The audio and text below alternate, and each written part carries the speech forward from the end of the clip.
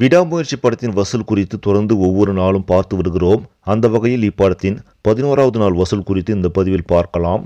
அஜித் மகிழ் திருமணி இயக்கத்தில் உருவான திரைப்படம் விடாமுயற்சி. ரசிகர்களின் பெரும் எதிர்பார்ப்பில் இருந்த இப்படம் கடந்த வாரம் வெளிவந்தது. இப்படத்தில் அஜித்துடன் இணைந்து த்ரிஷா, அர்ஜுன், ரெஜினா, ஆரவ் என பல நட்சத்திரங்கள் நடித்திருந்தார்கள்.